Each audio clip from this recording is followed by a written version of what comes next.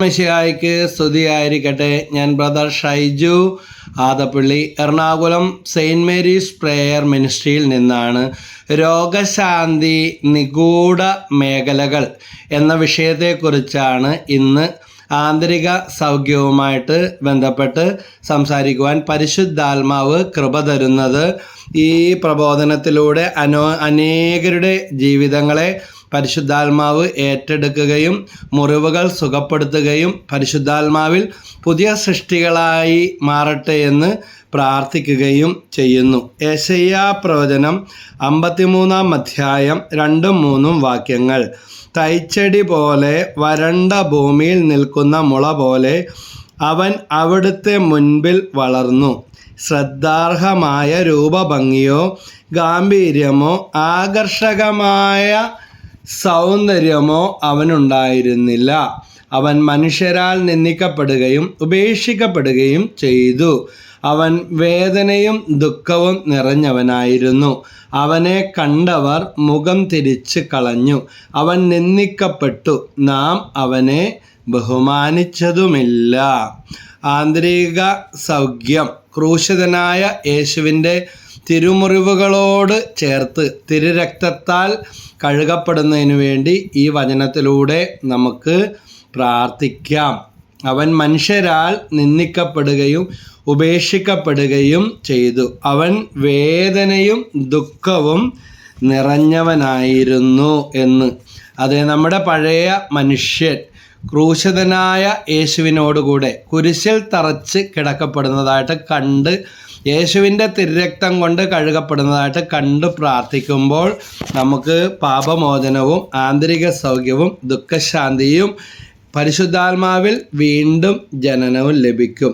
യെശയ്യാ പ്രവചനത്തിൽ 1-ാമത്തെ അധ്യായം 25 ഈ വിഷയം, ഈ ചാപ്റ്റർ സ്കിപ്പ് ചെയ്ത് കളയാതെ പൂർണ്ണമായിട്ട് നമ്മൾ കേൾക്കുക, ഉൾക്കൊള്ളുക, വചനങ്ങൾ കുറിച്ചെടുത്ത് പ്രാർത്ഥിക്കുകയും ചെയ്യുക. കാരണം ഞാൻ ചെയ്യുന്ന പ്രവൃത്തികൾ തന്നെ എനിക്ക് മനസ്സിലാവുന്നില്ല എന്ന് പൗലോസ്ലീഹ പറഞ്ഞതുപോലെ നമുക്ക് മനസ്സിലാകാത്തതും എന്നാൽ മറ്റുള്ളവർക്ക് അരോചകവുമായ പല ഇത്തിൽ കണ്ണികളും ഇത്തിൽ ചെടികളും നമ്മുടെയൊക്കെ ജീവിതത്തിൽ വളരുന്നുണ്ട്. അതെല്ലാം വെട്ടി അരിയപ്പെടുന്ന, തീയിലെറിയപ്പെടേണ്ട സമയം കഴിഞ്ഞു.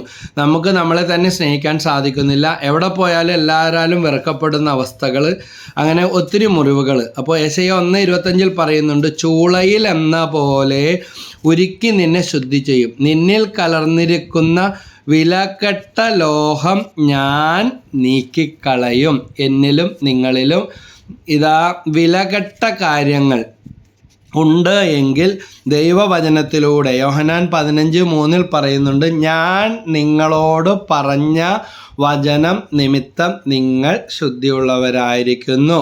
ഹെബ്രായർ 4:2 പറയുന്നുണ്ട്, അവർ കേട്ട വചനം അവർക്ക് പ്രയോജനപ്പെട്ടില്ല, കാരണം അവർ അതിൽ വിശ്വസിച്ചില്ല. പലർക്കും മനസ്സിലാകാത്ത അല്ലെങ്കിൽ അറിഞ്ഞിട്ടില്ലാത്ത ഒരു കാര്യമാണ് ഈ ആന്തരിക സൗഖ്യവുമായിട്ട് ബന്ധപ്പെട്ട മേഖലകൾ. കഴിഞ്ഞ ദിവസം ഓൺലൈൻ ശുശ്രൂഷയിൽ കഴിഞ്ഞ 2 തവണ ശനിയാഴ്ച ദിവസം വൈകിട്ട് 7:30 മുതൽ 9 മണി വരെ നടക്കുന്ന 1.5 മണിക്കൂർ ഗൂഗിൾ മീറ്റ് ഓൺലൈൻ പ്രെയറിൽ ഇതുപോലെ ആന്തരിക സൗഖ്യവുമായിട്ട് ബന്ധപ്പെട്ട ക്ലാസ്സുകൾ കൊടുത്തപ്പോൾ ചിലരെല്ലാം മെസ്സേജ് ഇടുകയും വിളിച്ചു ചോദിക്കുകയും ചെയ്തു, ഇതുപോലെ ഒരു വിഷയത്തെക്കുറിച്ച് ഇത്ര ആഴത്തിൽ കേട്ടിട്ടില്ല, അല്ലെങ്കിൽ ഞങ്ങൾക്ക് മനസ്സിലായില്ല, ഇന്നിത് കൂടിയില്ലായിരുന്നെങ്കിൽ അത് വലിയ നഷ്ടമായി പോയേനെ. ഇപ്പോൾ എനിക്ക് മനസ്സിലാവുന്നുണ്ട് എന്തുകൊണ്ടാണ് എൻ്റെ മകൻ കല്യാണം വേണ്ട എന്ന് വാശി പിടിക്കുന്നത് എന്ന്. അതുപോലെ ചില ദുശീലങ്ങൾ എന്തുകൊണ്ട് മാറിപ്പോകുന്നില്ല, ഇപ്പോൾ അതിൻ്റെ വേരുകൾ കണ്ടെത്തുവാൻ മനസ്സിലാക്കാൻ സാധിക്കുന്നുണ്ട്. ഇനി എങ്ങനെയാണ് പ്രാർത്ഥിക്കേണ്ടത് എന്ന് ചോദിച്ച് വിളിച്ചവരുണ്ട്. അപ്പോൾ ഒരു വ്യക്തി എന്ന് പറയുമ്പോൾ ശരീരം, മനസ്സ്, ആത്മാവ്, അങ്ങനെ മനസ്സിൻ്റെ മേഖലകളെ 3ആയിട്ട്, കാരണം ആന്തരിക സൗഖ്യവുമായിട്ട് ബന്ധപ്പെട്ട കാര്യമാണല്ലോ. ഇപ്പോൾ ഒരു വ്യക്തിയുടെ ജീവിതം അയാൾ രൂപപ്പെടുന്നത് ട്രഡീഷൻ ആൻഡ് എൻവയൺമെൻറ്റ്, പാരമ്പര്യവും സാഹചര്യവുമാണ്. വിഷയം ഇത്തിരി ഗഹനമായി തോന്നിയാൽ അത് മനഃപൂർവ്വമല്ല. പക്ഷേ അവസാനത്തിലേക്ക് വരുമ്പോൾ ദൈവവചനവുമായിട്ട് ബന്ധപ്പെട്ട് ദൈവസ്നേഹത്താൽ നിറഞ്ഞ് ചിന്തിക്കുമ്പോൾ പരിശുദ്ധാത്മാവ് നമുക്കത് ബലപ്പെടുത്തി തരും. രോഗശാന്തി അനുഭവങ്ങളൊക്കെ കേട്ടുകൊണ്ടിരിക്കും കേട്ടുകൊണ്ടിരിക്കുമ്പോൾ തന്നെ കിട്ടും. കാരണം ദൈവത്തിൻ്റെ വചനമാണ് കേട്ടുകൊണ്ടിരിക്കുന്നത്. റോമ 9:6 പറയുന്നുണ്ട്, ദൈവവചനം ഒരിക്കലും പരാജയപ്പെടുകയില്ല. ജോഷ 1:5 പറയുന്നുണ്ട്, നിന്റെ ആയുഷ്കാലത്ത് ഒരിക്കലും നിന്നെ തോൽപ്പിക്കാൻ ആർക്കും കഴിയുകയില്ല. അങ്ങനെ വിജയിക്കാനും ഉയർച്ചകൾ നേടാനും നല്ല നിലയിലെത്താനും 3 മേഖലകൾ, ശരീരം, മനസ്സ്, ആത്മാവ്, ഈ മേഖലകളിൽ അഭിവൃദ്ധി പ്രാപിക്കാൻ ദൈവം ആഗ്രഹിക്കുകയും സൃഷ്ടിക്കുകയും ചെയ്ത നമ്മൾ ഇന്ന് പരാജയത്തിൻ്റെ ആ തീരാക്കയങ്ങളിൽ വീണ് കിടക്കുകയും അടിക്കടി പരാജയവും ദുഃഖവും രോഗവും ദുരിതവും ഒഴിയാത്ത ഈ ജീവിതം ഇതിനു വേണ്ടി ഉള്ളതാണെന്ന് അവസാനം പറയുന്ന അവസ്ഥയിലേക്ക് ശത്രുവായ പിശാച് നമ്മളെ തള്ളിയിടുന്നെങ്കിൽ ആന്തരിക സൗഖ്യ ശുശ്രൂഷയിലൂടെ മനസ്സ് ബലപ്പെട്ട് കഴിയുമ്പോൾ നമുക്ക് ഇതിനെല്ലാം തരണം ചെയ്ത് ദൈവം തരുന്ന വിജയം നേടിയെടുക്കാൻ സാധിക്കും. അപ്പോൾ മനസ്സിൻ്റെ 3 തലങ്ങളെക്കുറിച്ച് പറയുകയാണ്. ബോധ മനസ്സ്, ഉപബോധ മനസ്സ്, അവബോധ മനസ്സ്. അപ്പോൾ ഒരു വ്യക്തി ട്രഡീഷൻ ആൻഡ് എൻവയോൺമെൻറ്റ്, പാരമ്പര്യത്തിലൂടെയും സാഹചര്യങ്ങളിലൂടെ കിട്ടിയ കാര്യങ്ങളുടെ ആകത്തുകയാണ് ഒരു വ്യക്തിയുടെ ജീവിതം. നമ്മൾ കേട്ടിട്ടുണ്ട് ടൈറ്റാനിക് ദുരന്തത്തെക്കുറിച്ച്. ടൈറ്റാനിക് എന്ന് പറഞ്ഞാൽ ആർക്കും തകർക്കാൻ പറ്റത്തില്ല എന്ന് പറഞ്ഞ് വെല്ലുവിളിച്ച് പൂർണ്ണമായി ഉരുക്ക് കൊണ്ടുണ്ടാക്കിയ ആ വലിയ കപ്പൽ, അതിൽ ആടിയും പാടിയും തിമിർത്തും ആളുകൾ യാത്ര ചെയ്തുകൊണ്ടിരിക്കുമ്പോഴാണ് ദുരന്തം വന്നെത്തിയത്. മുന്നിൽ കണ്ട ഐസ് കട്ട, ആർക്കും തകർക്കാൻ പറ്റാത്ത ഉരുക്ക് കപ്പലിന് ഐസ് കട്ടയ്ക്ക് എന്ത് ചെയ്യാനാണ് അങ്ങനെ മുന്നോട്ടെടുത്തെങ്കിലും ആ ഐസ് കട്ടയിലിടിച്ച് കപ്പൽ തകർന്ന് ആയിരക്കണക്കിന് ജീവൻ അപായമുണ്ടായി. ഇന്നും അതിൽ 100 കണക്കിന് മൃതശരീരങ്ങൾ പോലും കണ്ടു കിട്ടിയിട്ടില്ല. അപ്പോൾ കാരണം എന്താണ്? അവർക്ക് പാളിപ്പോയത് ഇതാണ്, ഐസ് വെള്ളത്തിലിട്ടാൽ അതിൻ്റെ 20-25% മാക്സിമം പുറത്ത് കാണത്തുള്ളൂ. ഒരു കഷ്ണം ഐസ് ഗ്ലാസ്സിൽ വെള്ളത്തിലിട്ട് നോക്കുക, ബാക്കി 75% താഴെയാണ്. അപ്പോൾ മുകളിൽ കണ്ട വലുപ്പമല്ല താഴോട്ട് ഉണ്ടായിരുന്നത്, അത് ഈ കൂറ്റൻ കപ്പലിനെ തകർക്കാൻ പോരുന്നതായിരുന്നു. ഐസ് കട്ടയിലിടിച്ച് കപ്പൽ പിളർന്ന് വെള്ളം കയറി ആളുകൾ മരിച്ചു. അപ്പോൾ ഇതുപോലെ തന്നെയാണ് ആവിയിലും ഐസിലും നൊന്തത് പച്ചവെള്ളം കണ്ടാലും അമാന്തിക്കും. ഇന്ന് ആന്തരിക സൗഖ്യവുമായി ബന്ധപ്പെട്ട ഈ മേഖലയിൽ ഇതുപോലെ നമ്മൾ നിസ്സാരമാണെന്ന് കരുതിയതും നേരിട്ടതുമായ പല അനുഭവങ്ങളിലൂടെ കടന്നു വന്ന ആന്തരിക മുറിപ്പെട്ട ആന്തരിക ശിശു നമ്മുടെ ഉള്ളിലുണ്ട്. ശൈശവം മുതൽ എന്നിൽ വേരൂന്നിയ വികാരങ്ങളുടെയും തോന്നലുകളുടെയും തെറ്റിദ്ധാരണകളുടെയും ആകെ തുകയാണ് എൻ്റെ ആന്തരിക ശിശു. ഈ മേഖലയിൽ നമുക്കെന്ത് വേണം? സൗഖ്യം വേണം. ചിലരെയൊക്കെ കണ്ടിട്ടുണ്ട്, ശരീരം കൊണ്ട് നല്ല മുട്ടാളൻ, 6 അടിക്ക് മേലുണ്ട്, നല്ല തടിയും നല്ല നീളവും നല്ല വീതിയും, പക്ഷേ സംസാരിക്കുമ്പോൾ ഒരു കുഞ്ഞിൻ്റെ ബലം പോലും അയാളുടെ ഉള്ളിലില്ല. ഒന്നിനും ധൈര്യമില്ല, അപകർഷതാബോധം, ഉൾവലിയൽ. പഠിച്ചു വരുമ്പോൾ മനസ്സിലാകും, ജീവിത അനുഭവങ്ങളിലൂടെ അല്ലെങ്കിൽ അമ്മയിലൂടെ ഉദരത്തിൽ കിടന്നപ്പോൾ അമ്മയുടെ വയറ്റിൽ ഒരു കുഞ്ഞ് രൂപപ്പെട്ട് 8 ദിവസം മുതൽ എല്ലാം ഇങ്ങനെ ബ്ലോട്ടിംഗ് പേപ്പറിലെ പോലെ ഒപ്പിയെടുക്കുകയാണ്. അപ്പോൾ നമ്മുടെ ജീവിതത്തിൽ ഉണ്ടായത് സന്തോഷവും സമാധാനവുമാണെങ്കിൽ അതിൻ്റെ അഭിഷേകം പിറന്നു വരുന്ന കുഞ്ഞിൻ്റെ ജീവിതത്തിലും വളർച്ചയിലും ഉണ്ടാകും. ഉദാഹരണം, വിശുദ്ധ അന്തോനീസിൻ്റെ ജനനം. 12ാമത്തെ വയസ്സിൽ പിശാചിനെ പുറത്താക്കിയ ഒരു വിശുദ്ധനാണ് സെയിൻറ്റ് ആൻ്റണി. കാരണം അമ്മ വിശുദ്ധിയും പ്രാർത്ഥനയും നിറഞ്ഞ ജീവിതമായിരുന്നു. അതുകൊണ്ട് തന്നെ ചെറുപ്രായത്തിൽ തന്നെ ആത്മീയമായ നല്ല കരുത്ത് ഈ കുഞ്ഞിന് കിട്ടിയിരുന്നു. കൂടെ ജപമാല ചൊല്ലുകയും പ്രാർത്ഥിക്കുകയും ചെയ്യുന്ന, വിശുദ്ധിയിൽ ജീവിക്കുന്ന ഒരു അമ്മയായിരുന്നു. അതുപോലെ പരിശുദ്ധ മറിയത്തിൻ്റെ ജനനം. വിശുദ്ധരായ അന്ന യോവാക്കിൻ ദമ്പതികൾക്ക് പ്രാർത്ഥനയുടെ നിറവിൽ വാർദ്ധക്യത്തിൽ ദൈവം കൊടുത്ത സമ്മാനം, ദാനമാണ് പരിശുദ്ധ മറിയം. ഉത്ഭവഭാവമില്ലാതെ ജനിച്ച പരിശുദ്ധ മറിയം. അത് പരമപരിശുദ്ധനായ ദൈവത്തിൻ്റെ അമ്മയായിട്ട് അഭിഷേകം ചെയ്യപ്പെടാനുള്ള ഒരു വിളി.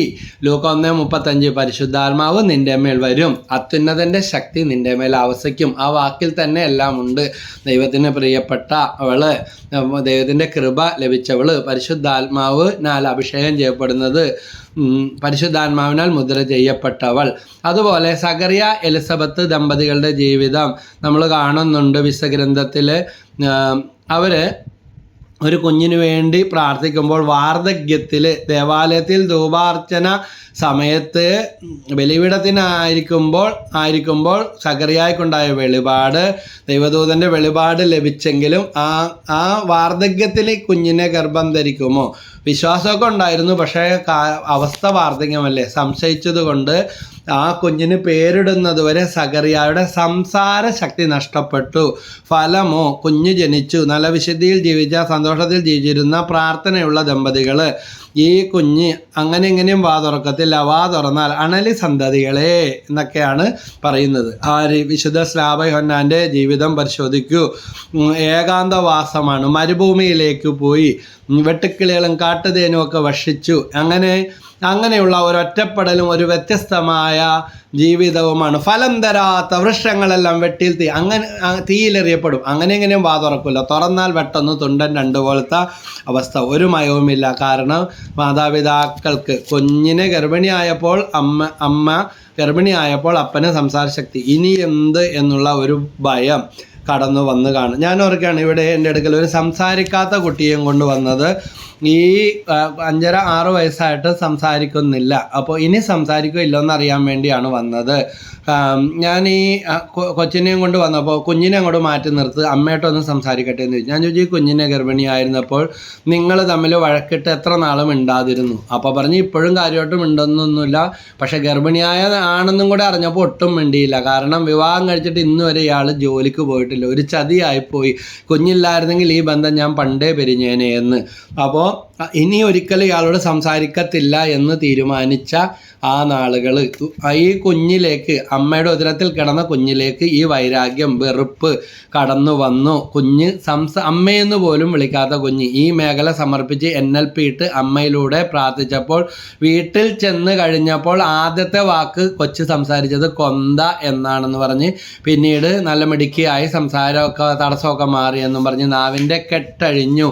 ജ്ഞാനം 10:21 പറയുന്നുണ്ട്, ജ്ഞാനം മൂകരുടെ വായ് തുറക്കുകയും ശിശുക്കളുടെ അധരങ്ങൾക്ക് സ്ഫുടമായി സംസാരിക്കാൻ കഴിവ് നൽകുകയും ചെയ്യുന്നു. ദൈവത്തെ സ്തുതിക്കാനും പ്രാർത്ഥിക്കാനും ആരാധിക്കാനും ശിശുക്കളെ പോലെ ആകുമ്പോൾ, നിഷ്കളങ്കരാകുമ്പോൾ ഈ രീതിയിൽ ദൈവത്തിൻ്റെ വചനം കടന്നു വന്ന് നമ്മൾ പ്രവർത്തിക്കും എന്നുള്ളത് ഉറപ്പാണ്. അല്ലെങ്കിൽ ഞാനിപ്പോൾ ഇത്രയും പ്രായമായില്ലേ, ഇത്രയും വലുതായില്ലേ, ഇനി എന്ത് ചെയ്യാൻ? അമ്മയുടെ വയറ്റിൽ രണ്ടാമത് പോയി ജനിച്ച് എനിക്ക് ഈ സ്വഭാവം മാറ്റാൻ പറ്റുമോ എന്ന് ചോദിക്കും.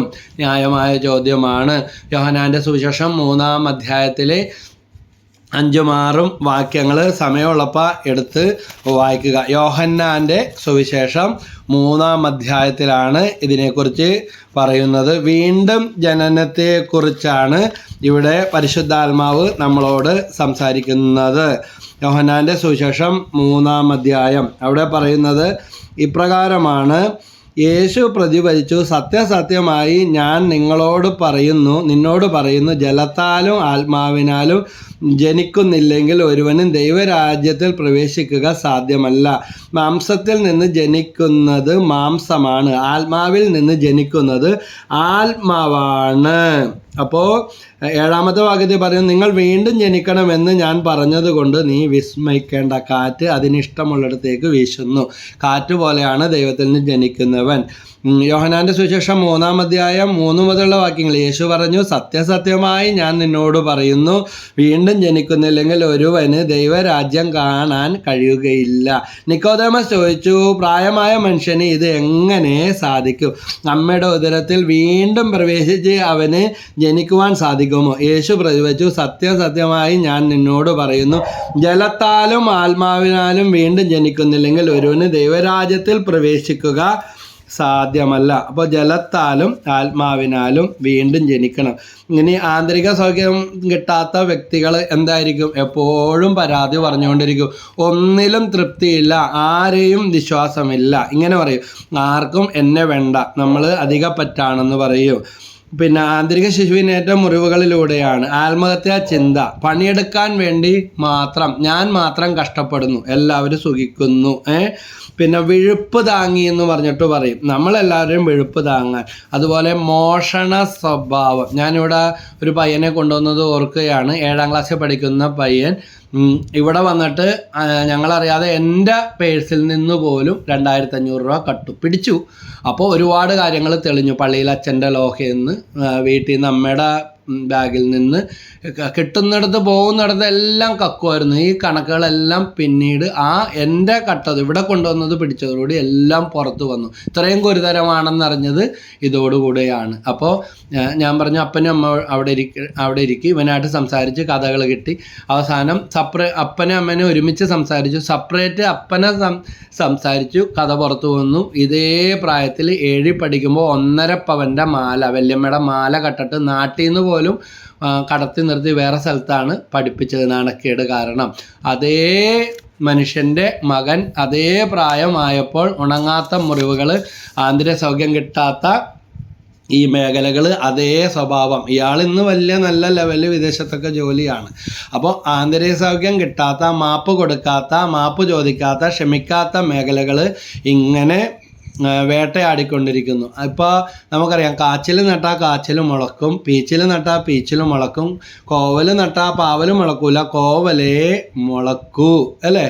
അപ്പോൾ എന്താണോ വിതക്കുന്നത്, സൗഖ്യം കിട്ടിയിട്ടില്ല എങ്കിൽ, പരിഹാരം ചെയ്തിട്ടില്ല എങ്കിൽ, മാപ്പ് കൊടുത്തിട്ടില്ല എങ്കിൽ, ഇതെല്ലാം നമ്മളെ വേട്ടയാടാൻ തുടങ്ങും. മോഷണ സ്വഭാവം, എവിടെ പോയാലും കള്ളത്തരങ്ങൾ പറയുക, എന്നിട്ട് ഒരു കുഴപ്പവും സംഭവിച്ചില്ല. പിന്നെ ഏത് കാര്യവും ഈ സെക്ഷലായിട്ടുള്ള കാര്യങ്ങളുമായിട്ട് ബന്ധപ്പെടുത്തുന്ന അവസ്ഥകൾ, അതുമായിട്ട് ബന്ധപ്പെട്ട് ചിത്രീകരിക്കുക. പിന്നെ ആരോ എന്തോ ചെയ്തു വെച്ചിരിക്കുകയാണ്, കൂടോത്രം. കേൾക്കുന്നവനും കൂടി അവസാനം വട്ടായിത്തീരും. മന്ത്രവാദം, ക്ഷുദ്രം, അങ്ങനത്തെ ചിന്തകളൊക്കെ വന്നിരിക്കുന്ന പറയുന്ന അവസ്ഥ എല്ലാം ഇതുമായിട്ട് ബന്ധപ്പെട്ട് അവർ കൂടോത്രം ചെയ്തു, ഇവർ കൂടോത്രം ചെയ്തു, ആരെന്തോ കുഴിച്ചിട്ടു, കാണിച്ചു തരാമെന്ന് പറഞ്ഞിട്ടുണ്ട്. ഒരിക്കലും അങ്ങനെ ചിന്തിച്ചുകൊണ്ടിരിക്കുന്ന വ്യക്തിക്ക് സ്വാതന്ത്ര്യം അനുഭവിക്കാനായിട്ട് സാധിക്കുകയില്ല. അപ്പോൾ ഇതെല്ലാം ആന്തരിക സൗഖ്യവുമായിട്ട് ബന്ധപ്പെട്ട മേഖലകളാണ്. അർഹിക്കുന്ന സ്ഥാനമില്ല, നമ്മൾ അധികപ്പറ്റാണ്, ആരും ശരിയല്ല എന്നുള്ള വാക്ക്, അത് തന്നെ ഒരു കുഴപ്പമല്ലേ? എല്ലാവരും അസൂയക്കാരാണ്, ആരും എല്ലാ കാര്യവും ഇങ്ങനെ ഒതുക്കി ഒളിച്ചു വെക്കുന്ന സ്വഭാവം. ഞാൻ ഓർക്കാണ്, ഒരു മനുഷ്യനെ ഇതുപോലെ പ്രാർത്ഥിക്കാൻ കൊണ്ടുവന്നത്, രാത്രി എഴുന്നേറ്റ് ഓടും, പാതി രാത്രിയിൽ നല്ല ഉറക്കത്തിലാണ്, ഓർമ്മയില്ലാതെയാണ് ചെയ്യുന്നത്. അപ്പോൾ കാലയിൽ ഇങ്ങനെ കെട്ടിയിട്ട് കട്ടിലയിൽ കെട്ടിയിട്ടിട്ട് കിടക്കും. കാരണം ഓർമ്മയില്ലാതെ എഴുന്നേറ്റ് പോയി പലതും സംഭവിക്കും. പലതവണ ഇതുപോലെ സംഭവിച്ചിട്ടുണ്ട്. കള്ളു കുടിച്ചിട്ടോ ലഹരി അടിച്ചിട്ടോ ഒന്നുമല്ല. പക്ഷേ ഈ മനുഷ്യനുമായിട്ട് ആന്തരിക സൗഖ്യത്തിന് വേണ്ടി പ്രാർത്ഥിച്ചപ്പോൾ പരിശുദ്ധാത്മാവ് വെളിപ്പെടുത്തുന്ന മേഖല ഇതാണ്. അമ്മ ഗർഭിണി ആയിരുന്ന അവസ്ഥയിൽ കുറേ മക്കളുണ്ട് ആ വീട്ടിൽ, എപ്പോഴും തിരക്കും വിരുന്നുകാരും ഇതാണ്. അപ്പോൾ അമ്മേനെയും കൊണ്ടൊന്ന് വരാൻ പറഞ്ഞു. അമ്മയായിട്ട് സംസാരിച്ച് കഴിഞ്ഞപ്പോൾ പറഞ്ഞു, എൻ്റെ ബ്രദറെ ശരിയാണ്, എങ്ങാടെങ്കിലും ഓടിപ്പോയാൽ മതിയായിരുന്നു. അതിൻ്റെ ഇടയ്ക്ക് ഗർഭവും തുടരെ ഗർഭവും കൂടെ ആകുമ്പോൾ ദൈവമേ, അതൊന്നും ചിന്തിക്കാൻ പോലും വയ്യ, എങ്ങനെ ഇത്ര മക്കളുണ്ടായിരുന്നു, വല്ലോടത്തോട്ടും പോയാൽ മതിയെന്ന്. വീട്ടിൽ നിന്ന് പോകാൻ ആണ് ഇഷ്ടപ്പെട്ടിരുന്നത്. കാരണം അവിടെ നിന്നാൽ പണി തീരാത്ത, ഇന്നത്തെ പോലെ ഗ്യാസും പിന്നെ കെറോസിനും ഒന്നുമില്ല. ഈ വിറകും ചൂട്ടും എല്ലാം വെത്തിച്ച് കത്തിച്ച് ഇത്രയും പേർക്ക് എപ്പോഴും ആൾക്കാരാണ്. ഭക്ഷണം ഉണ്ടാക്കണം, മക്കളാണെങ്കിൽ കുറേ പേരുണ്ട്. ശരിയാണ് ബ്രദറെ എന്ന് പറയും. ആരും സഹായിക്കാനും ഇല്ലാത്ത അവസ്ഥ. പോണം ചിന്ത. ഇത് ഈ കുഞ്ഞിനേറ്റ ആഘാതം. നല്ല മിടുമിടുക്കനായി, നല്ല സമ്പന്നൻ, നല്ല വലിയ കുടുംബം. പക്ഷേ അന്നത്തെ സ്ഥിതിഗതികളെല്ലാം മാറി. മനസ്സിൽ കിട്ടിയത് നമുക്കറിയാം, ഒരു തക്കാളി എടുത്തിട്ട് അതിലൊരു സൂചി കൊണ്ട് തുളച്ച് ഒന്ന് ഞെക്കിയാൽ അത് പൊട്ടി വെള്ളം വരും. ഒരു പേരക്കയിലാണെങ്കിൽ അങ്ങനെയൊന്നും ഉണ്ടാകത്തില്ല, പാട് വരുമായിരിക്കും. അപ്പോൾ ഇതുപോലെ തന്നെയാണ് ഓരോരുത്തരുടെയും മാനസികമായ മേഖലകൾ. ഓരോരുത്തർക്കുമുള്ള കപ്പാസിറ്റി വ്യത്യസ്തമാണ്. അതേ കുടുംബത്തിൽ തന്നെ മറ്റു മക്കളുണ്ടാകാം, അതേ അമ്മക്ക്. പക്ഷെ അവർക്കെല്ലാം അങ്ങനെ ഉണ്ടാകണമെന്ന് ഇല്ല. ഓരോരുത്തരും വ്യത്യസ്തമാണ്. ആരോ എന്തോ ചെയ്യുന്നു എന്നുള്ള ചിന്ത, എല്ലാ കാര്യത്തിനും കൂടോത്രം, പിശാച് എന്നീ വിശ്വാസങ്ങൾ. പിന്നെ അതുപോലെ ഇങ്ങനെയുള്ള തെറ്റായ ബോധ്യങ്ങളും അന്ധവിശ്വാസങ്ങളും എല്ലാം കെട്ടുപിണഞ്ഞ് കിടക്കുന്ന അവസ്ഥ. അന്ധവിശ്വാസമായിട്ട് ബന്ധപ്പെട്ട് മാത്രമേ പലപ്പോഴും ഇങ്ങനെയുള്ള കാര്യങ്ങൾ ചിന്തിച്ചെടുക്കാൻ അവർക്ക്, വളഞ്ഞ കാര്യങ്ങൾ ഒരു കുഴപ്പമില്ല, നല്ല കാര്യങ്ങൾ ചിന്തിച്ചെടുക്കാനും അംഗീകരിക്കാനും പ്രയാസം. റോമാലേഖനം 7-ാം അധ്യായം 15-ാം വാക്യം, ഞാൻ ചെയ്യുന്ന പ്രവൃത്തികൾ തന്നെ എനിക്ക് മനസ്സിലാകുന്നില്ല. എന്തെന്നാൽ ഞാൻ ഇച്ഛിക്കുന്നതല്ല വെറുക്കുന്നതാണ് ഞാൻ പ്രവർത്തിക്കുന്നത്. 16-ാം വാക്യം, ഞാൻ ഇച്ഛിക്കാത്തതാണ് പ്രവർത്തിക്കുന്നെങ്കിൽ നിയമം നല്ലതാണെന്ന് ഞാൻ സമ്മതിക്കുന്നു.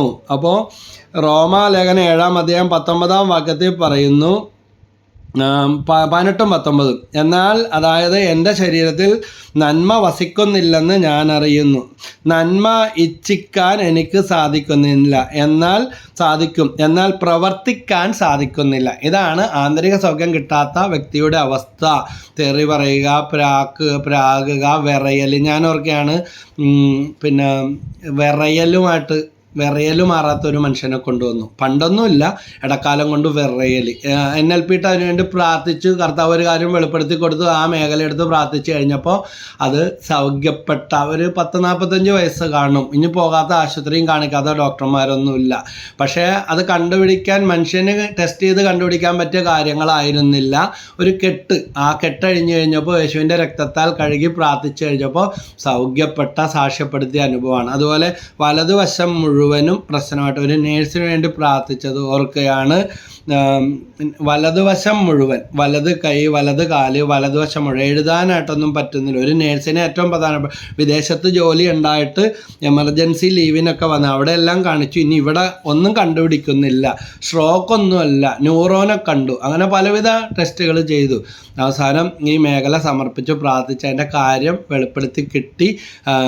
പിന്നെ ഇടത് കണ്ണ് അടച്ചു പിടിച്ചിട്ട് ഞാൻ വലത്തെ കണ്ണുകൊണ്ട് വായിപ്പിച്ചു. കണ്ണിന് വരെ പ്രശ്നമെന്നാണ് പറഞ്ഞത്. യേശു അന്ധന് കാഴ്ച കൊടുക്കുന്ന ഭാഗം എടുത്ത് വായിപ്പിച്ചു. എഴുന്നേറ്റ് നിന്നു, നടന്നു, വലതുവശം വെച്ച് അവിടെ കിടന്ന കസേര ഇതെല്ലാം പൊക്കി കാര്യങ്ങൾ ചെയ്തു, സാക്ഷ്യപ്പെടുത്തിയ അനുഭവം ഓർക്കുകയാണ്. ഒരു കെട്ട്, ഒരു വർഷങ്ങൾ പഴക്കമുള്ള, ഒരു 10-15 കൊല്ലം മുമ്പുള്ള ഒരു കാര്യം, ഒരാൾ വേദനിച്ച ഒരു കാര്യമാണ് ആ മേഖല എടുത്ത് സമർപ്പിച്ച് ഞാൻ എൻ്റെ അടുത്തിരുന്ന് തന്നെ ആ കുട്ടിയുടെ അമ്മയെ വെളുപ്പിച്ചിട്ട് എല്ലാവരും തെറ്റിദ്ധരിച്ചിരുന്ന മറ്റൊരാൾക്കെതിരെയുള്ള ഈ കുട്ടിയുടെ നുണപ്രസ്താവന, അതിനെക്കുറിച്ച് സത്യം പറയിച്ചു. 15 വർഷത്തിന് ശേഷം ഒരു ആ നുണ പറഞ്ഞ് ഒളിച്ചിരുന്ന കാര്യം സത്യം പറയിച്ച് അന്ന് ആ മകൾക്ക് സ്വാതന്ത്ര്യം കിട്ടി. കുമ്പസാരമൊക്കെ നടത്തിച്ചു. വളരെ സമാധാനത്തോടെ സൗഖ്യം കിട്ടി കടന്നുപോയത് ഓർക്കുകയാണ്. അതുപോലെ അണ്ഡാശയത്തിൽ ക്യാൻസറുമായിട്ട് പ്രാർത്ഥിക്കാമെന്ന ഒരു വ്യക്തിയുടെ കാര്യം ഓർക്കുകയാണ്. ഇതുപോലെ തന്നെ ഒന്നും ചെയ്യാൻ പറ്റത്തില്ല എന്ന് പറഞ്ഞ് എറണാകുളത്തെ പ്രശസ്തമായ ആശുപത്രി കൈയൊഴിഞ്ഞ അവസ്ഥ, വീട്ടിൽ കൊണ്ടൊന്നും കിടത്തിയ അവസ്ഥയിലാണ്. അപ്പം അങ്ങനെ അതുമായി ബന്ധപ്പെട്ട ഒരു മാനസിക മുറിവുകൾ ക്ഷമിക്കാൻ പറ്റാത്ത 10-13 വയസ്സുള്ള അവസ്ഥയിലുണ്ടായ കാര്യമെടുത്ത് യേശുവിൻ്റെ തിരക്തം എടുത്ത് NLP ഇട്ട് ഇന്ന് എന്ന പോലെ ഹെബ്രായർ 13:8 ഇപ്പോൾ സൗഖ്യം നേടാൻ സാധിക്കുന്നത് ഇങ്ങനെ വിശ്വസിക്കണം. ഇന്നലെ ഇന്നും എന്നും സൗഖ്യത്തിന് വേണ്ടി പ്രാർത്ഥിച്ച് അവൾ സൗഖ്യം പ്രാപിച്ച് ഇപ്പോഴും ജീവിച്ചിരിപ്പുണ്ട്. അതിനുശേഷം നല്ല ജോലിയൊക്കെ ചെയ്ത് ഒരു 3 സെൻറ്റ് സ്ഥലം മേടിച്ച് വീടൊക്കെ വെച്ച് സന്തോഷത്തോടെ കുടുംബം, അതുവരെ വീട് പോലും ഉണ്ടായിരുന്നില്ല. അങ്ങനെയുള്ളവർക്ക് ക്യാൻസറും കൂടെ വന്നാൽ എന്തു ചെയ്യും? വേറൊരു കേസ് ഓർക്കുകയാണ്. നെഞ്ചിന് ഓപ്പറേഷൻ എന്ന് പറഞ്ഞ് ആശുപത്രിയിൽ അഡ്മിറ്റായ വ്യക്തിക്ക് വേണ്ടി പോയി പ്രാർത്ഥിച്ചപ്പോൾ, NLP ഇട്ട് പ്രാർത്ഥിച്ചപ്പോൾ ഒന്നുമില്ല, ഒന്നും പറയാനില്ല, എന്താ പറയേണ്ടത് എനിക്കറിയില്ലെന്ന് പറഞ്ഞുകൊണ്ടിരുന്ന ആൾ അവസാനം എഴുന്നേറ്റ് പോകുന്നില്ല. 1.5 മണിക്കൂർ NLP ഇട്ട് തിരക്തം കൊണ്ട് കഴുകി പ്രാർത്ഥിച്ചപ്പോൾ ഏങ്ങലടിച്ച് കരയാൻ തുടങ്ങി, ഒരു കൊച്ചു കുഞ്ഞിനെ പോലെ. കാരണം 30 വർഷം മുമ്പുള്ള കാര്യമാണ്. അന്ന് 40-45 വയസ്സ് കാണും. 30 വർഷം മുമ്പുള്ള കാര്യം എടുത്ത് ക്ഷമിച്ച് കരഞ്ഞ് മാപ്പ് കൊടുത്ത് ആ ക്ഷമ കൊടുക്കാനുള്ള. അപ്പോൾ ഒരുപാട് ലിസ്റ്റ് ഇങ്ങനെ വരും ഓരോരുത്തരായിട്ട്. ഒന്നുമില്ലെന്ന് പറഞ്ഞത്, ആരോടും ഇല്ലെന്ന് പറഞ്ഞതാ, എല്ലാം ക്ഷമിച്ച് ക്ഷമ കൊടുത്ത് പ്രാർത്ഥിച്ചപ്പോൾ എന്നോട് കണ്ണ് തുറന്നോട്ടെ എന്ന് ചോദിച്ചാൽ കണ്ണ് തുറന്നു. ഈശോനെ കണ്ട് ക്ഷമയൊക്കെ കൊടുത്ത് പ്രാർത്ഥിച്ചതാണ്. അവരെയൊക്കെ ഓരോരുത്തരായിട്ട് മരിച്ചവരുണ്ട്, ജീവിച്ചവരുണ്ട്. ക്ഷമ കൊടുത്തൊക്കെ പ്രാർത്ഥിച്ച് കഴിഞ്ഞപ്പോൾ കെട്ടഴിഞ്ഞു. എന്താ സംഭവിച്ചത്? ഇയാൾക്ക് പിറ്റേ ദിവസം ഓപ്പറേഷന് വേണ്ടി കൊണ്ടുപോയിട്ട് തിയേറ്ററിൽ നിന്ന് ഡോക്ടറും കൂടെ കൈകൂട്ടി പിടിച്ച് തിരിച്ചു കൊണ്ടുവരുന്ന അവസ്ഥ. ബ്ലോക്കൊന്നും കാണാനില്ല, സർജറി വേണ്ട എന്നും പറഞ്ഞ് പേര് വിട്ട അവസ്ഥ. ഇങ്ങനത്തെ ഒത്തിരി അനുഭവങ്ങൾ, അത്ഭുതങ്ങൾ ഉണ്ടായിട്ടുണ്ട്. അതുപോലെ അമ്മ പ്രാർത്ഥിച്ചാൽ മക്കളുടെ സ്വഭാവം മാന്തുന്ന, പിച്ചി പറിക്കുന്ന, കയ്യിരിക്കുന്ന വെച്ച് ഉപദ്രവിക്കുന്ന ഒരു കൊച്ചിനെ കൊണ്ട് വന്നത് ഓർക്കുകയാണ്. അമ്മയും അപ്പനും വചനം കേട്ട് കൗൺസിലിംഗ് എടുത്ത് പ്രാർത്ഥിച്ച് കഴിഞ്ഞപ്പോൾ സ്വിറ്റ്സർലൻഡിൽ നിന്ന് വന്ന മലയാളി കുടുംബമാണ്. അപ്പോൾ ഈ കൊച്ചിൻ്റെ പറിച്ചിങ്ങാട് എടുക്കും. അടുത്ത് നിൽക്കുന്ന ആരാണെന്നൊന്നും നോട്ടയില്ല, ദേഷ്യം വന്നാൽ കാണിക്കുന്നത്. ഇത് ഗർഭിണിയായിരുന്നപ്പോൾ അമ്മക്കുണ്ടായ ചില ഉള്ളിലൊതുക്കിയ പുറത്ത് കാണിക്കാത്ത ഒതുക്കേണ്ടി വന്ന ചില ദേഷ്യങ്ങൾ, ഇപ്പോൾ വേണ്ടായിരുന്നു എന്ന് പറഞ്ഞ ഗർഭം, അതുപോലെ അബോർഷൻ ചെയ്ത വയറ്റിൽ വീണ്ടും ഉണ്ടായ ഗർഭം, എപ്പോഴും ദുഃഖിച്ച് നടക്കുന്ന സ്വഭാവം, അതുപോലെ മൂന്നാമത്തെ കുഞ്ഞ് മുടിഞ്ഞു പോകുമെന്ന് പറഞ്ഞാൽ അന്ധവിശ്വാസം, കൊച്ചു പെണ്ണായതുകൊണ്ട് അപ്പം കൈകൊണ്ട് തൊട്ടുപോലും ഇല്ല, അതുപോലെ ഗർഭിണിയാണെന്ന് അറിഞ്ഞപ്പോൾ എല്ലാവരിൽ നിന്ന് കിട്ടിയ അവഗണനകളും പുച്ഛങ്ങളും മാത്രം, സന്തോഷത്തിൽ ജീവിക്കേണ്ടതിന് പകരം സ്വീകരിക്കപ്പെടുന്നതിന് പകരം ഇങ്ങനെയൊക്കെ ഏറ്റ മുറിവുകൾ. ഈ മേഖലയെല്ലാം സൗഖ്യം കിട്ടണം. സങ്കീർത്തനം 51:5 ദാവീദ് സങ്കീർത്തനം പ്രാർത്ഥിക്കുന്നുണ്ട്, പാപത്തോടെയാണ് ഞാൻ പിറന്നത്, അമ്മയുടെ ഉദരത്തിൽ ഉരുവായപ്പോഴേ ഞാൻ പാപിയാണ്. അപ്പോൾ പാപത്തോടെയാണ് ഞാൻ പിറന്നത്. നമ്മുടെ എല്ലാവരുടെയും ഉള്ളിൽ ഏതെങ്കിലും തരത്തിൽ ഇതുപോലെ സൗഖ്യം കിട്ടാത്ത, അംഗീകാരം കിട്ടാത്ത, വളർച്ചയുടെ നാളുകളിൽ ഏറ്റ മുറിവുകളും അമ്മയുടെ വയറ്റിൽ വെച്ച് അമ്മയ്ക്ക് കിട്ടിയ മുറിവുകളെല്ലാം അമ്മ ക്ഷമിച്ച് ക്ഷമ കൊടുത്ത് പ്രാർത്ഥിച്ചാൽ മക്കളുടെ കെട്ടുകൾ, ദുശീലങ്ങളുടെ അടിമത്തം, തഴക്കദോഷങ്ങളെല്ലാം മാറിപ്പോകും. അപ്പോൾ ഏശയ്യാ പ്രവചനത്തിൽ 1-ാം അധ്യായത്തിൽ 22-23 വാക്യങ്ങളിൽ പറയുന്നുണ്ട്, വിശ്വസ്ത നഗരം വേശ്യയായി തീർന്നതെങ്ങനെ, നീതിയും ധർമ്മവും കുടികൊണ്ടിരുന്ന അവളിൽ ഇന്ന് കൊലപാതകികളാണ് വസിക്കുന്നത്. നിന്റെ വെള്ളി കിട്ടമായി മാറിയിരിക്കുന്നു, നിന്റെ വീഞ്ഞിൽ വെള്ളം കലർന്നിരിക്കുന്നു. 21 മുതൽ 23 വരെ ഏശയ്യാ 1. നിന്റെ പ്രഭുക്കന്മാർ കലഹപ്രിയരാണ്, അവൻ കള്ളന്മാരോട് കൂട്ടുചേരുന്നു, സകലരും കോഴ കൊതിക്കുന്നു, സമ്മാനത്തിൻ്റെ പിന്നാലെ പായുന്നു. അവർ അനാഥരുടെ പക്ഷത്ത് നിൽക്കുകയോ വിധവകളുടെ അവകാശം പരിഗണിക്കുകയോ ചെയ്യുന്നില്ല. തലതിരിഞ്ഞ അവസ്ഥ എന്ന് പറയും. നല്ലതാണെന്നറിഞ്ഞാലും മാറ്റാമെന്ന് പറഞ്ഞാലും തീരുമാനമെടുത്താലും മാറ്റാൻ പറ്റാത്ത അവസ്ഥകൾ ആന്തരിക സൗഖ്യവുമായിട്ട് ബന്ധപ്പെട്ട് സ്വയം കണ്ടെത്തുകയോ അല്ലെങ്കിൽ മാതാപിതാക്കൾ ഇങ്ങനെയുള്ള മേഖലകൾ, മക്കൾക്ക് ഇന്ന് കല്യാണം വേണ്ട, 42 വയസ്സായി, അതിന് പകരം തർക്കിക്കുന്ന, മെക്കിട്ട് കയറുന്ന അവസ്ഥകൾ, കല്യാണം പറഞ്ഞതിന് ആത്മഹത്യക്ക് ശ്രമിച്ച കേസുകൾ വരെ അറിയാം. പക്ഷെ വന്ന് പ്രാർത്ഥിച്ച് കൗൺസിലിംഗ് എടുത്ത് പ്രാർത്ഥിച്ചപ്പോൾ കെട്ടുകൾ അഴിഞ്ഞ് കല്യാണം നടന്ന സംഭവങ്ങളുണ്ട്. കല്യാണം എന്ന് പറഞ്ഞാൽ വയലൻ്റ് ആകും. കല്യാണം കഴിച്ച് മാത്രമേ ജീവിക്കാൻ പറ്റുള്ളൂ. അതായത് ന്യായമായ മനുഷ്യൻ്റെ അവകാശങ്ങളും ആഗ്രഹങ്ങളും കേൾക്കുമ്പോൾ പോലും ഇത്രയും തിളച്ചു മറിയേണ്ട കാര്യം എന്താ, അല്ലെങ്കിൽ എന്തിനാ ഇങ്ങനെ കാണിച്ചു കൂട്ടുന്നത്, ഈ വീട്ടിൽ എന്തിൻ്റെ കുറവുണ്ട്. ഇതുപോലെ ഞാൻ ഓർക്കുകയാണ്, മദ്യപാനം എന്തോരം ധ്യാനം കൂടിയിട്ടും മദ്യപാനം മാറുന്നില്ല. മറ്റുള്ളവരെ സ്നേഹിക്കാൻ സാധിക്കുന്നില്ല. സ്വയം സ്നേഹിക്കാൻ സാധിക്കാത്തവൻ എങ്ങനെ സ്നേഹിക്കാൻ സാധിക്കും? ഇങ്ങനെ ഒരു കേസ് പ്രാർത്ഥിക്കാൻ വന്നു. 19 ധ്യാനം കൂടിയതാണെന്നാണ് പറഞ്ഞാൽ, എഴുന്നേറ്റ് നിന്ന് സ്തുതി കൊടുത്ത് എന്നിട്ടായിരുന്നത്. അപ്പോൾ ഇതാണ് ഇതിനു വേണ്ടി പ്രാർത്ഥിച്ചുകൊണ്ടിരിക്കുമ്പോൾ ഒരു പിഞ്ച് കുഞ്ഞിനെ, വെള്ളത്തുണിയിൽ കിടത്തിരിക്കുന്ന കുഞ്ഞിനെ, അപ്പം ഞാൻ ചോദിച്ചു എത്ര വർഷമായി മദ്യപാനം? അത് ആ കൊച്ച് ഞാനാണെന്ന് പറഞ്ഞു. അതായത് മാമോദീസയുടെ അന്ന് അണ്ണാക്കിൽ അപ്പം മദ്യം കോരി ഒഴിച്ചിട്ടാണ് ബാക്കി വിരുന്നൊക്കെ ചെയ്തതെന്ന് പറയുന്നു. അന്ന് തുടങ്ങി ഒടുക്കത്തെ കൊടിയാണ്. എന്തോരം ശ്രമിച്ചിട്ടും എന്തോരം ധ്യാനം കൂടിയിട്ടും ഈ മേഖല സമർപ്പിച്ച് തിരക്തം കൊണ്ട് കഴുകി പ്രാർത്ഥിച്ചപ്പോൾ അവിടെ വിടുതൽ ലഭിക്കുകയാണ്. ഇങ്ങനെ നമ്മളിൽ ഓരോരുത്തരുടെയും ഉള്ളിൽ നമ്മുടെ വളർച്ചയുടെ ഘട്ടങ്ങളിൽ ആരോടും പറയാത്തതും പറഞ്ഞിട്ടും കാര്യമില്ലാത്തതുമായ നമ്മുടെ വിചാരങ്ങളുടെ മുറിപ്പെട്ട അവസ്ഥകൾ പരിശുദ്ധാത്മാവിലൂടെ നമ്മൾ സമർപ്പിച്ച് പ്രാർത്ഥിച്ച് യേശുക്രിസ്തുവിൻ്റെ രക്തത്താൽ ആര് മോചനം തരും? ഇതാ യേശു കുരിശിൽ ബലിയായി തന്നെ പാപപരിഹാരം ചെയ്ത് ഇതെല്ലാം നമുക്ക് വേണ്ടി ഈ യോഗ്യതകൾ മേടിച്ചിട്ടു. ഇത് ഏറ്റെടുത്ത് ക്ലെയിം ചെയ്ത് നമ്മൾ പ്രാർത്ഥിക്കണം. ഇൻഷുറൻസ് എടുത്താൽ പോരാ, ക്ലെയിം ചെയ്യണം. അപ്പോൾ ഉൽപ്പത്തി പുസ്തകം 16-ാം അധ്യായത്തിൽ 12-ാമത്തെ വാക്യത്തിൽ പറയുന്ന കാര്യം, അവൻ കാട്ടുകഴുതക്കൊത്ത മനുഷ്യനായിരിക്കും, അവൻ്റെ കൈ എല്ലാവർക്കും എതിരായും എല്ലാവരുടെയും കൈ അവനെതിരായും ഉയരും, അവൻ തൻ്റെ സഹോദരങ്ങൾക്കെതിരായി വർത്തിക്കും.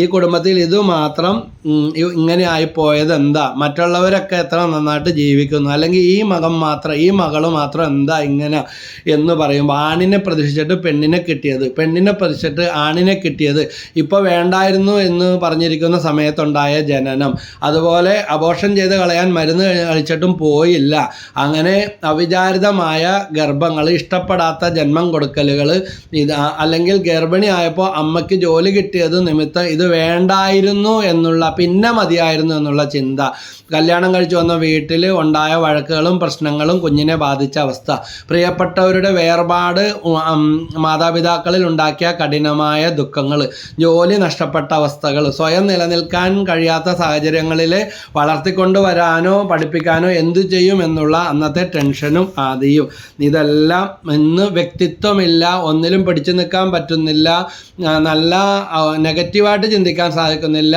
ഏത് കാര്യം സഭക്കെതിരെ ആയാലും കൊള്ളാം, പള്ളിക്കെതിരെ ആയാലും കൊള്ളാം, വീട്ടുകാർക്കെതിരെ ആയാലും കൊള്ളാം, മുന്നിൽ നിൽക്കുന്ന തല്ലുപിടിക്കാൻ മുന്നിൽ നിൽക്കുന്ന അവസ്ഥകൾ, ഇതൊക്കെ ആന്തരിക സൗഖ്യമായിട്ട് ബന്ധപ്പെട്ട് വരുമ്പോൾ നമ്മുടെ പേഴ്സണാലിറ്റി ഡെവലപ്മെൻറ്റ് നേടാത്തത് കൊണ്ടാണെന്ന് നമുക്ക് കണ്ടെത്താൻ സാധിക്കും. ഇവിടെ ഉൽപ്പത്തി പുസ്തകം 16:12 വചനം മറന്നു പോകരുത്. അവൻ കാട്ടുകഴുതക്കൊത്ത മനുഷ്യനായിരിക്കും, അവൻ്റെ കൈ എല്ലാവർക്കും എതിരെയും എല്ലാവരുടെയും കൈ അവനെതിരായി ഉയരും, അവൻ തൻ്റെ സഹോദരങ്ങൾക്കെതിരായി വർദ്ധിക്കും.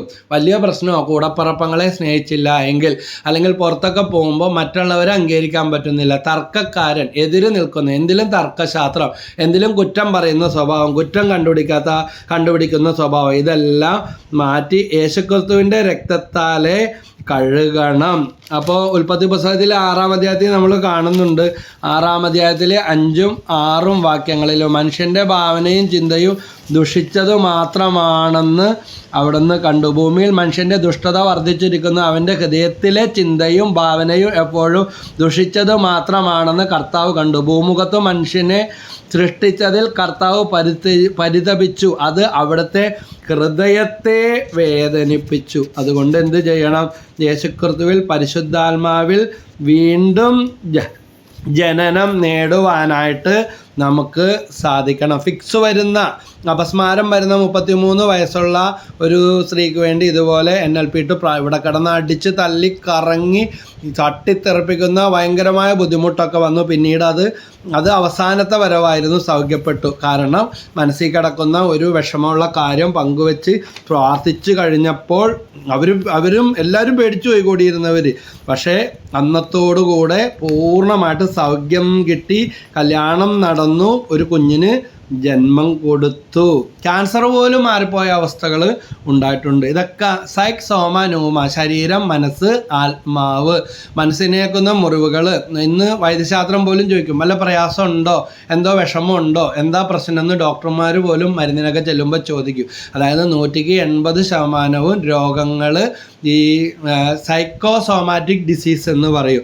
മനസ്സിനേൽക്കുന്ന ആഘാതങ്ങൾ, ശരീരത്തിൽ നീര് മാറുന്നില്ല, അല്ലെങ്കിൽ മാറാതാവുമ്പോൾ തേയ്മാനം എന്ന് പറയും. ജോയിൻസ് മുഴുവൻ വേദന, കടിച്ചമർത്തിയ ദുഃഖം, അതുപോലെ കഴുത്തിൻ്റെ പുറകിലെ വേദന, പിന്നെ മുട്ടുവേദന, ശരീരത്തിൽ മുഴകൾ, ഈ മേഖല പ്രാർത്ഥിച്ച് മുഴകൾ പോലും മാറിപ്പോയ അവസ്ഥകൾ വചനപ്രഘോഷണ ശുശ്രൂഷകളിൽ ഞാൻ നേരിട്ട് കണ്ടിട്ടുണ്ട്. ഇവിടെ കൗൺസിലിങ്ങിന് വന്ന അനുഭവങ്ങളുണ്ട്.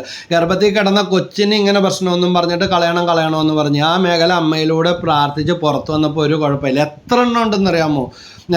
ഞാനിവിടെ എൻ്റെ കുടുംബത്തോട് പറയും, എനിക്ക് എത്ര മക്കളുണ്ടെന്ന് അറിയാമോ? അവരറിയേ എന്തായി കേൾക്കുന്നത്? അല്ല, കളയണമെന്ന് ഡോക്ടർമാർ പറഞ്ഞാൽ വീട്ടുകാർ കളയാൻ പോയ എത്രയോ കുഞ്ഞുങ്ങൾ ഇന്ന് ജീവിച്ചിരിക്കും. നല്ല നല്ല നിലയിൽ വിദേശത്തും നാട്ടിലൊക്കെ നല്ല നല്ല പൊസിഷനിൽ എത്തിയ എത്രയോ മക്കളുണ്ടെന്ന് അറിയാമോ? ആ മക്കൾ ചിലപ്പോൾ ഇതൊന്നും ഓർക്കണില്ല, ചിലപ്പോൾ വീട്ടുകാർ പറഞ്ഞിട്ടുണ്ടാവില്ല.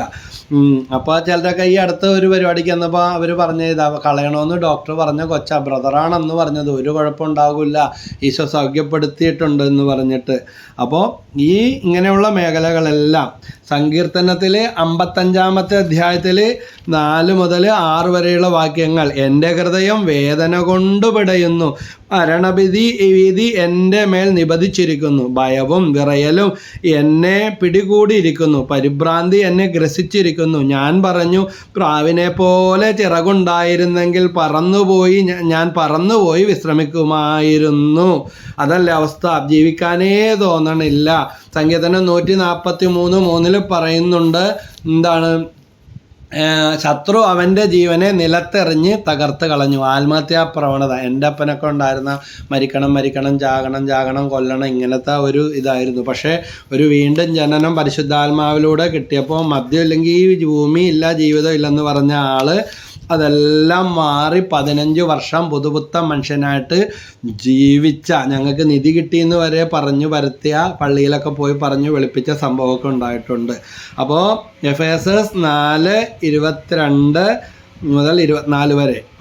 അതുകൊണ്ടാണ് ഓരോ മനുഷ്യരിലും ഇങ്ങനെയുള്ള മുറിവുകളുണ്ട്. ആരും വെറുക്കരുതെന്ന് ഈശോ പറഞ്ഞത്, ശത്രുക്കൾക്ക് വേണ്ടി പ്രാർത്ഥിക്കാൻ പറഞ്ഞത്, പിതാവേ അവരോട് ക്ഷമിക്കണമേ എന്ന് യേശു പ്രാർത്ഥിക്കാൻ പഠിപ്പിച്ചത് ഇതുകൊണ്ടാണ്. ഒരു വ്യക്തിയുടെ ജീവിതത്തിലെ ട്രഡീഷൻ ആൻഡ് നന്മ ഇതിൻ്റെ ആകത്തുകയാണ് ആ മനുഷ്യൻ.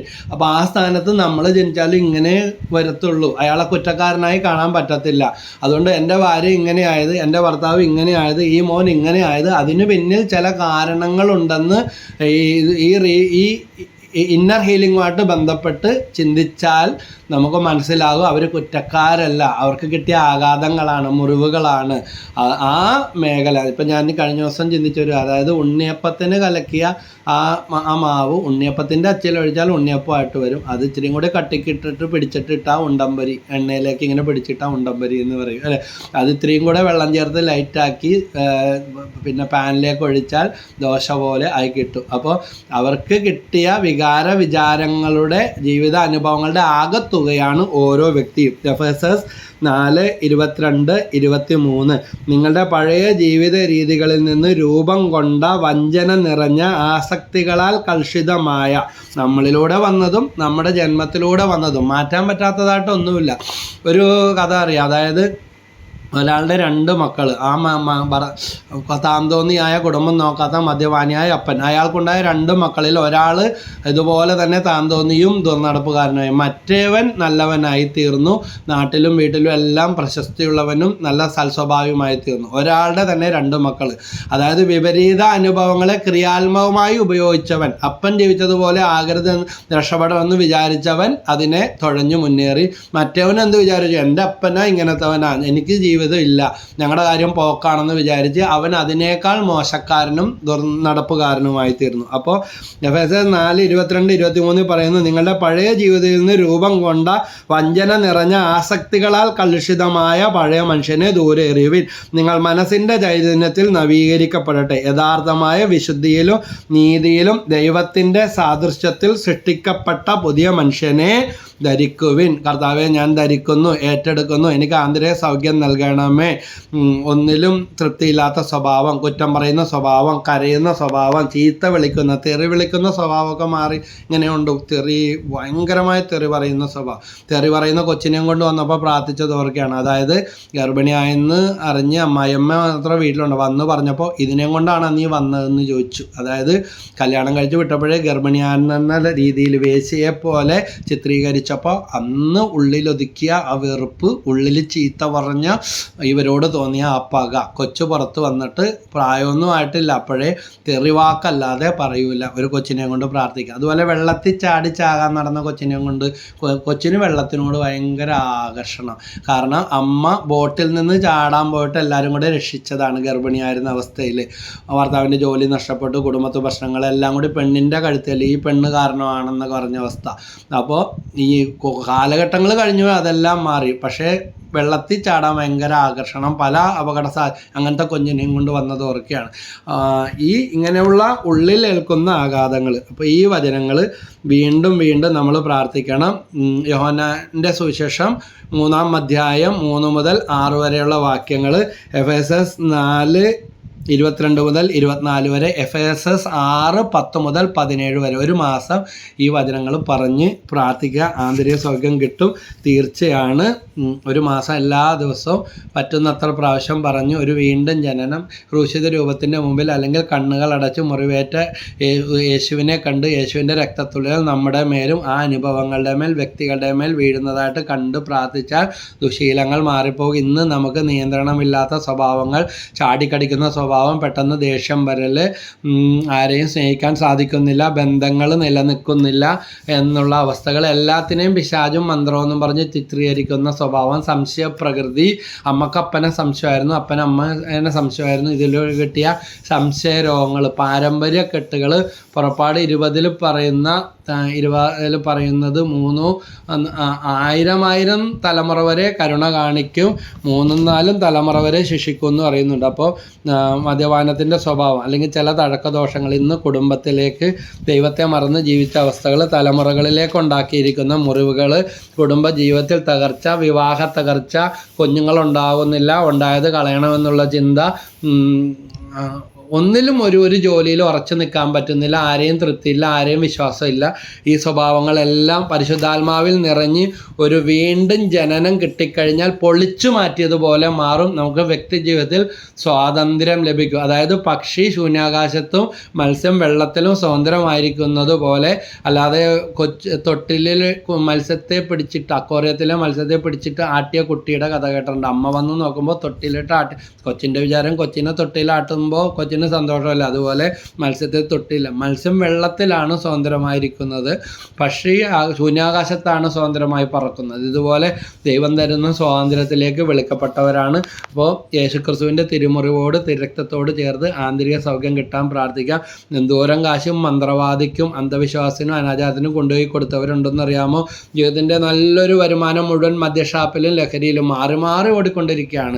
ലഹരി പാനീയങ്ങൾ പരീക്ഷിക്കുന്നതിൽ, മദ്യം, പുകവലി, ശൂന്യത മാറ്റാൻ ഇതിനും വല്ലതിനും പറ്റുമോ? ഒന്നും പറ്റത്തില്ല. ഇന്ന് നീന്തി കയറാൻ പറ്റാത്ത അവസ്ഥകൾ. അപ്പോൾ ഈ മേഖലയിലെല്ലാം ഇന്നർ ഹീലിംഗ്, ആന്തരിക സൗഖ്യം തരണമേ പരിശുദ്ധാത്മാവേ, എന്നെ ഒരു പുതിയ വ്യക്തിയാക്കണമേ എന്ന് പ്രാർത്ഥിക്കുക. You have to realise yourself. നമ്മളെ തന്നെ തിരിച്ചറിഞ്ഞാൽ മാത്രം, അംഗീകരിച്ചാൽ മാത്രമേ ഇങ്ങനെ ഒരു സൗഖ്യം നേടാനായിട്ട് എളുപ്പമായിരിക്കുന്നത്. യേശുവിൻ്റെ തിരക്തം വിശ്വാസത്താൽ ഏറ്റെടുത്ത് തളിച്ച് ആ മേഖലയിൽ ദൈവം ഒരു വിടുതൽ തരുന്നതായിട്ട് കണ്ട് നന്ദി സ്തുതിയും പറഞ്ഞ് പ്രാർത്ഥിക്കുക.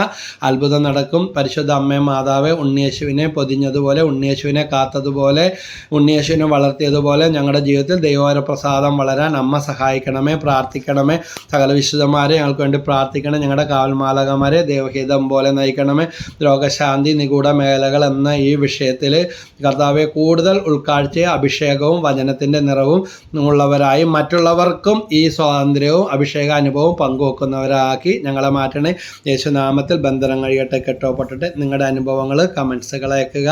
നിങ്ങൾ സബ്സ്ക്രൈബ് ചെയ്തിട്ടില്ല എങ്കിൽ ഇതിലൂടെയുള്ള വീഡിയോകൾ ലഭിക്കുന്നതിന് വേണ്ടിയിട്ട് സബ്സ്ക്രൈബ് ചെയ്യുക. മറ്റുള്ളവർക്ക് ഷെയർ ചെയ്ത് അവരും ദൈവാനുഭവത്തിൽ വളരട്ടെ. അങ്ങനെ സെയിൻറ്റ് മേരീസ് പ്രേമൻസിയുടെ പ്രേക്ഷിത മേഖലകളിൽ നമുക്ക് പങ്കുകാരാകാം.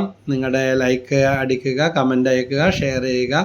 അങ്ങനെ ദൈവം എല്ലാവരെയും സമൃദ്ധമായിട്ട് അനുഗ്രഹിക്കട്ടെ എന്ന് ഒത്തിരി സ്നേഹത്തോടെ പ്രാർത്ഥിക്കുന്നു. Brother Shaiju Adappally, Ernakulam Saint Mary's prayer മിനിസ്ട്രിയിൽ നിന്ന് ഓർക്കുമ്പോഴെല്ലാം എല്ലാവർക്കും വേണ്ടി പ്രാർത്ഥിക്കുന്നു. ഞങ്ങൾക്ക് വേണ്ടി എല്ലാവരും പ്രാർത്ഥിക്കണമേ. ഈശോ മിശിഹായ്ക്ക് സ്തുതിയായിരിക്കട്ടെ. പ്രൈസ്